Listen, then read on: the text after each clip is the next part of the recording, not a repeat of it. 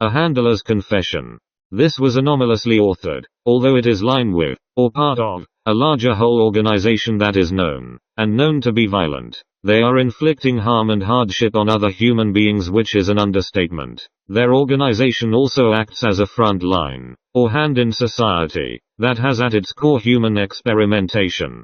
Perhaps you saw them operating in our communities and could not identify it. If you have input, information, it would be gratefully accepted, and held private. Please do respond. If possible, disseminate widely everywhere. So here it goes. I was eventually offered a place in the syndicate. The syndicate was presented to me as a kind of fraternity, a Masonic-like mutual profit organization with strong police-like overtones. I was told that I was helping to build a better society. However, I have never been given any of the advancement opportunities I was promised. The advancement system of the syndicate is a slippery slope. They make you give up your security privileges, so eventually all of your communications are watched, which is why I composed this email offline where they cannot see me, and sent it via an internet cafe, and you have to attend meeting after meeting of mind-numbing pledges and chants.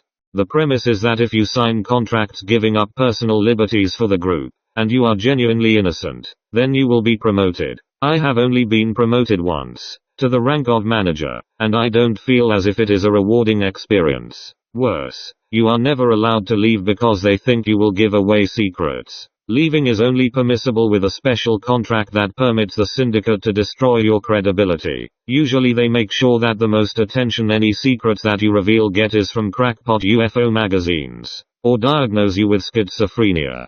There are other problems. If you have children, you have to send them to education in syndicate-owned schools. If you have a wife, you have to report on her, allow her to be spied upon, and be prepared to target her if they decide to turn her into a TI, targeted individual. The official compensation policy is that you will get to keep the children if she lodges a divorce. However, you won't get to keep most of her material goods. They only want her to lose in the divorce proceedings so she gets nothing. Not so the husband gets anything. So the syndicate takes it back as a tithe. I suppose I should introduce the syndicate in a little more detail. I'm still not sure precisely what it is trying to do. To everyday citizens, it presents itself as a group trying to monitor terrorists, or any other kind of flavor of the month undesirables like gays, communists, witches, and drive them out. To other people, it is a Rotary Club Chamber of Commerce type operation. To others still, the most twisted conspiratorial minds, it is an organization that pulls the strings behind everything. To the Puritan, it is a cleansing force. To the deviant, it is a gang of other deviants where everything is permissible. It is the syndicate to everyone, though I don't know the extent of what it owns. I do, however, know a great deal about the targeting process. When we get targets, we divide them into 4 categories: mercenary, practice, planning, and enemy. Mercenary targets are bought by outside parties. We advertise under a range of guises, from ads by individuals claiming to be able to kidnap people, to practical jokers. Some groups, like big corporations and some governments, the government of XXXXXX pays us to keep some people busy. So do the XXXXXXS when they have too many people protesting, wailing. Know fully well what sort of services we do, so we don't really hide them. We get a lot of money from them, but we can still muster up a fair bit if worse comes to worst. It's pretty much a mafia new world order. You'd be surprised at how much money we can get from crime. The organization pretends to be good. I don't mean that we go out robbing people, but we can outsource money from biker gangs, skinheads, drug dealers pretty easily.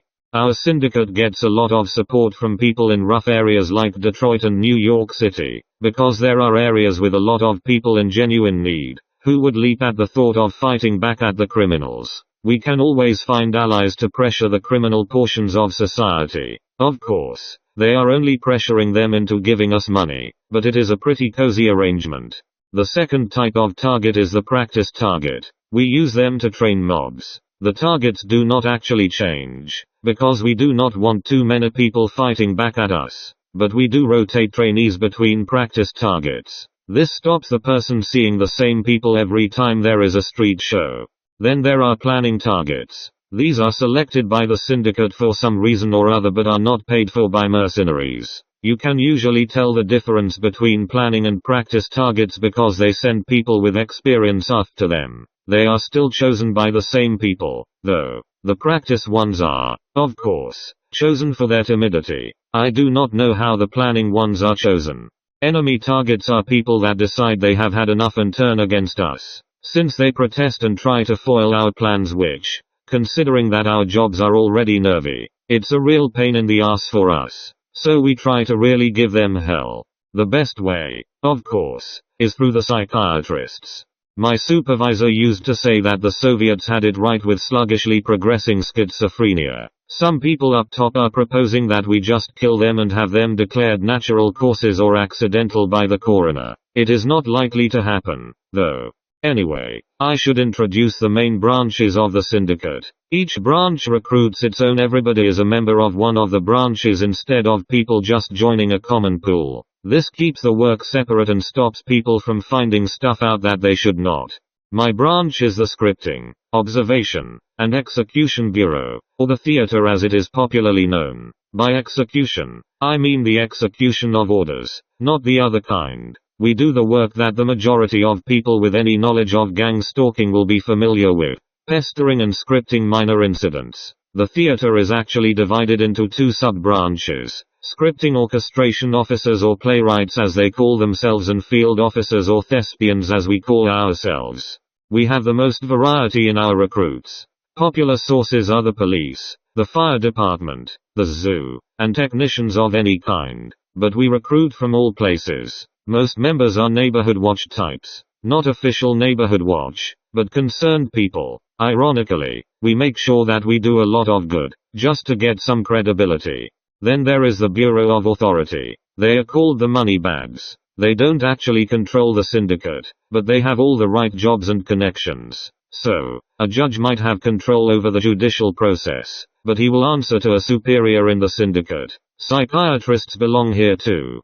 The moneybags are so called because they raise a lot of the money. It would be suspicious if big corporations funded groups like this, but they can invest money into front groups. And the majority of the syndicate's work is done through completely legitimate fronts. We can tap phone lines and access people's records from behind government agencies. Usually, these are the guys that go after enemy targets. Normally, harassment is organized under several action policies. If a target is not an enemy, a standard policy is enforced. Low-level organizers, the aforementioned playwrights, play around with the target for a while and rotate crews. When a target is an enemy, the policy does not immediately change, but orders filter down from high-level organizers, usually the Supreme Council, which direct thespians to provoke the target or a similar action, and moneybags to crack down on them once they get in the way of the system. This is called mincing, because the thespians lure the meat by making it complain or fight back into the mincer. Also known as the corrupt legal system, the Department of Justice. We specialize in entrapment.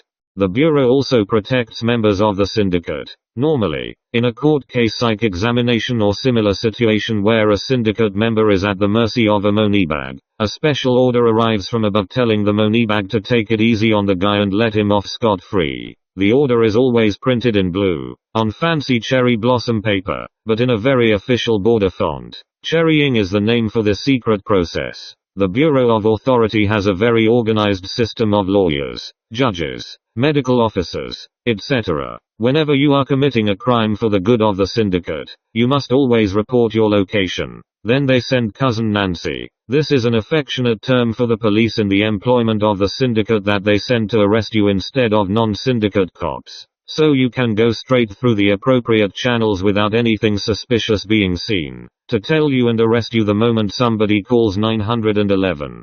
They all follow a minimalist strategy though. For example, the mayor of XXXXX isn't a member of the syndicate, but several of his advisors and aides are. This way we can get laws passed in a discreet manner, and if a high-profile figure is targeted, our hold on an organization does not loosen. We try to arrange elections of mayors that are not too headstrong. Though the government is mainly used as a minor nuisance, we prefer the courts for most activities. The Bureau of Technology Field or BOTF is the group in charge of the electrical equipment. They work alongside us thespians and gaffer the targets by giving them the usual fatigue, headaches, medical problems. These directed energy weapons come from Raytheon and Lockheed Martin. They say they are non-lethal, but they are extremely harmful. They are murdering people slowly. An insider neurologist told me once that neuroweapons and directed energy torture is worse than death. The millimeter waves penetrate walls or any surface and can reach a target from miles away. They also have apps they use which are used to track the targets and use Bluetooth to turn on the implants that corrupt doctors have placed in each target. Each target is microchipped. This was done legally in 2016 by Barack Obama's Brain Initiative program. They have been chipping and torturing people since the 1980s. They can also destroy equipment, screw up televisions, the works. I think they are particularly sadistic.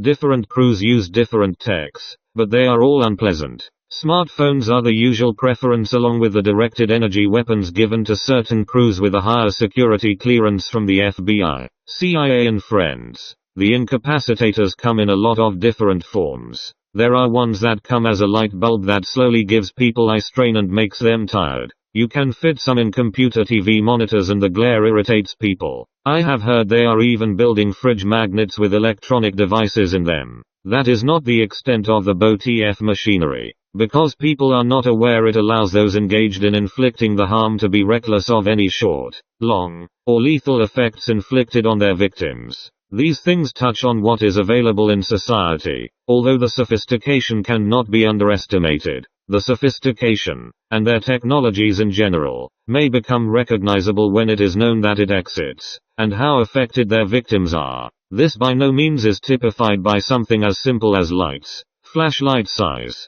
that change color too fast for the eyes to pick up, causing intracranial pressure, causing headaches, to nausea, such as LED incapacitators. Using this type of technology oversimplifies, but demonstrates the peril that citizens at large, or anybody, is in that is not aware, before, or when you first become aware how out there these technologies seem. This is why they spend so much time and energy keeping it below the awareness thresholds of those who would scrutinize their behavior and what they are engaged in, as well as society in general. This site attempts to convey how common it is, the mechanisms they have in place, as well as building an awareness foundation of the technologies. This awareness foundation can be used not only to grasp things that would have gone undetected, but as importantly enable someone to continue to build on this foundation, including networking through those of us who are attempting to get the foundation information through the awareness barrier they have in place.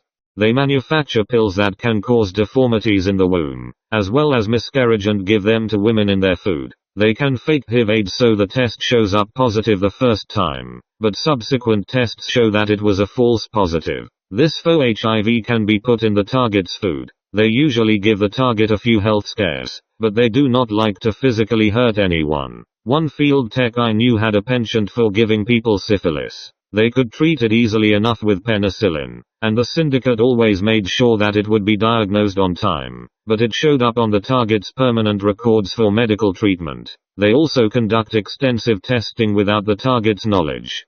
One targeted individual we were monitoring was found to have a malignant tumor, not our doing. They cause many types of cancers and tumors due to how we are affected on a cellular level. He wasn't experiencing any of the symptoms, so we gave him some through the incapacitators and had a few of his friends warn him about cancer. He had a test done, and just for fun, we had the doctor tell him how dangerous it could be and how he could die soon. We gave him a 6-month waiting period and told him that by then the tumor could progress so far that it could never be removed. That's a lie. Of course. Our bot, had it out in a jiffy by sending one of their brain surgeons to do the job, but it is the fear that counts. The Bureau of Technology Communications monitors the target's phone calls, emails, and absolutely everything else. They tend to recruit from the National Archives, Census Taker's Office, Records Office, credit card companies, Medicare, insurance, etc. They are the logistics branch. As I said, most of the syndicate's work is done from within legitimate areas. What the BOTC does very often is send a receptionist applicant over to a credit card company or government agency pretending she knows nothing about hacking computers or accessing records. We pull a few strings and she is in. She then steals information while nobody is looking. A few old-timers like to have 100% control over the records farm, but most prefer the minimalist approach. This is the bureau that gives out information and orders to everybody else, and also acts as a communications post for the whole syndicate. The Supreme Council delivers orders through them. Outside orders are also taken in through the BOTC, which advertises as a mercenary group through certain channels. The Bureau of Alliances, or Trading Partners, handles our allies. The only other gang-stalking group in this country is a West Coast conservative organization called the Confederacy. Very often they try to move into our area, so we have to hold them back, diplomatically or otherwise. However, we have contracts with secret societies whereby we handle their targets when they move into our area of operation. The other groups pay for their targets to be handled while they travel here. We make millions of dollars this way. Finally, the Supreme Council controls the entire operation. I have no idea who they are, except that they have a fancy name instead of being a bureau. They do not recruit their own men. They promote from the other departments. Most of them seem to be wealthy individuals with inheritances that manage to maintain their fortunes from investments. Not one is a CEO, judge, or politician. They are all just old money family types that live far away from society and seem unusually lucky with their money, without a doubt through insider trading. Despite this, they have a lot of spiffy technology. They have a kind of reverse incapacitator that improves their health and increases their performance. Most of them look incredibly young for their age. We don't see them much, though. Often, an audience with one of them is a kind of reward for good service. There are also ranks in our syndicate. The lowest members are pawns. They are not technically members, because there is no permanent service contract and they do not know they are working for us. They take orders from us but are not expected to attend meetings. We call our pawns concerned citizens. The Authority Bureau has office boys or secretaries. The BOTF has lab rats who very often are paid volunteers for experiments, or people who do not know what they are testing. The BOTC has spelunkers. The BOR has travel agents. Unfortunately, we are not obligated to give protection to any of these people. So, we can give a vet an order to put down a dog, without telling him that it is not consented to by the owner, and he will do the job and get sued without us giving him legal protection. A lot of our street theater is done by people that do not even know they are part of a syndicate. They think they are a grassroots movement and do not know that there are other people harassing the target. The BOTC recruits people that think they are joining an elite hacker groups on the internet, or people that think that they are just following orders from the archives. The BOT does 80% of its research at legitimate agencies like Raytheon, Lockheed Martin, Johnson & Johnson and its other drug companies. The task of pawns is to think that what they are doing is either normal and routine, or criminal in an individual isolated manner. Recruits, however, are aware of a conspiracy. However, they still remain at a misinformed level. We simultaneously maintain teams of religious actors and punk actors. A person might join us thinking he is going to clean up the community. Another person might join us thinking he is going to cause trouble and anarchy. And they can go about their merry ways. We even deliver information to them in different ways. To the religious ones, it is wrapped up in prophecy and revelation. To the punks, it is given a communist candy coating. However, they are all aware that the group is large. They are also aware of a mutual benefit aspect to the operation. Only greedy, unidealistic people get beyond the recruit rank. All the bureaus wrap themselves up in different colors. The Moneybags pretend to be a secret club for the elite, and many of them are indeed quite powerful and wealthy, second only to the Supreme Council. The BOT-F claims to be a humane research agency, or a means by which scientists can resist corporate greed, though it still attracts deviants. The BOTC is conspiratorially minded, and pretends to be a group searching for the secrets of the Illuminati or the Illuminati themselves. The BOA claims to be a contract agency, travelers club, or accounting firm. Recruits perform tasks that they know are illegal, or immoral, but they still generally believe that they are doing it for a reason. Managers like me come above the recruits and do some actual organization, whether leading a crew to a street theater match or planning an attack. Generally, managers know everything about the syndicate except what its goal is. Most are greedy enough to accept that it is not a morally motivated group. We also engage in communication with other bureaus to coordinate our activities.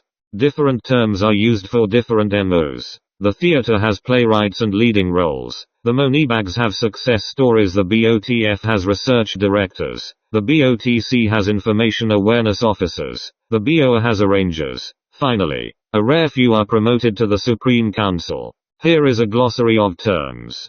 Contract. ATI or target. This is the official term, used as enemy contract or planning contract. Enemy contract is often referred to as hostile contract. Cherrying. Getting out of a legal tangle through the syndicate's intervention.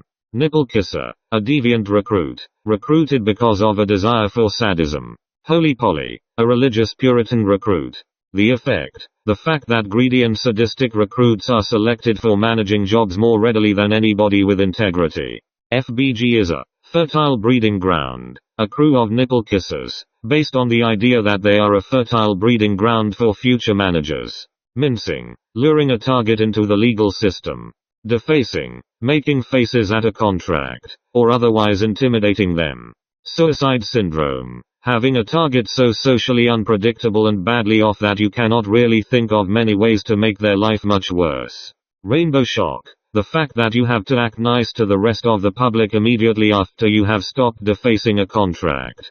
Break a leg job. A particularly hostile attack against a contract. Or a plan which involves approaching the target and talking to them. Securike. A crew that is particularly overt in its stalking and gets caught too often. In other words, it has to be cherried all the time. Crew. A unit of recruits and pawns under a single MO. In other words, a group of gang stalkers. Zapperating. Using directed energy weapons to affect the health of a target. Unchained. Uncovered. Authorities that are not pawns or recruits. Covered. A member of the public that is under the control of the syndicate. As a pawn. Public face. A recruit or manager's official life outside of the syndicate. Private life. A syndicate member's activities with the syndicate. FGGNN. A device that affects the sleeping patterns, stress, fatigue, headaches of a contract. Voodoo. The means of acting hostile to a target. Pointing. Staring. etc. Lomosexual. A syndicate member with a knack for photography. There's a lomo in every crew.